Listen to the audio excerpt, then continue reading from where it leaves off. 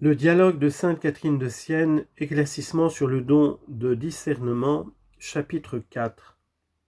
Comment ceux qui sont éclairés par cette troisième lumière très parfaite reçoivent en cette vie un gage de vie éternelle. Pourquoi t'ai-je dit qu'ils recevaient les arts de la vie éternelle ? Je dis les arts, non le prix. Le prix, ils attendent de le recevoir en moi qui suis la vie durable, où l'on trouve la vie sans mort, le rassasiement sans dégoût, la fin sans tourment. La fin sera exempte de toute souffrance puisqu'ils posséderont ce qu'ils désirent. Le rassasiement sera exempt d'ennui parce que je suis l'aliment de vie sans défaut aucun. Mais il est vrai que dès ici-bas, ils reçoivent les arts de cette vie éternelle et commencent à la goûter parce que l'âme est affamée de mon honneur à moi, le Dieu éternel, et de cette nourriture qui est le salut des âmes, et comme elle en a faim, elle s'en nourrit. Oui, l'âme se nourrit de la charité du prochain, dont elle a faim par le désir. C'est là sa nourriture, et de cette nourriture elle n'est jamais rassasiée, parce qu'elle est insatiable. Aussi en a-t-elle toujours faim.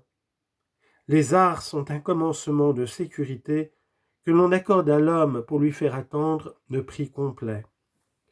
Non que les arts soient par elles-mêmes une garantie parfaite, mais par la foi qu'elles engagent, elles donnent la certitude d'obtenir le surplus et de recevoir le paiement intégral.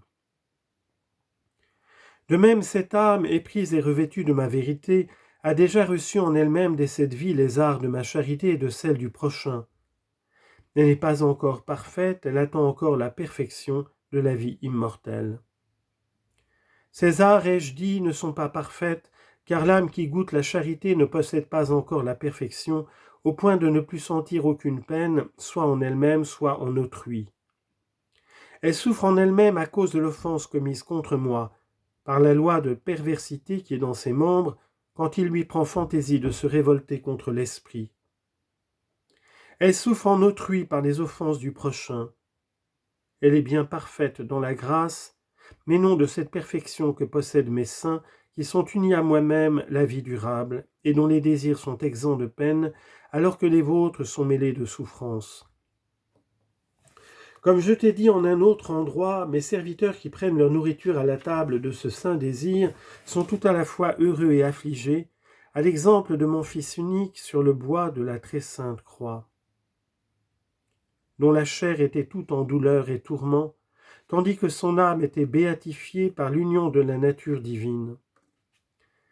De même, mes serviteurs sont heureux par l'union de leur saint désir avec moi, revêtus qu'ils sont de ma douce volonté. Et souffrants, ils sont aussi par leur compassion à l'égard du prochain et par les mortifications qu'ils infligent à leur propre sensualité pour la sevrer des plaisirs et des joies sensibles.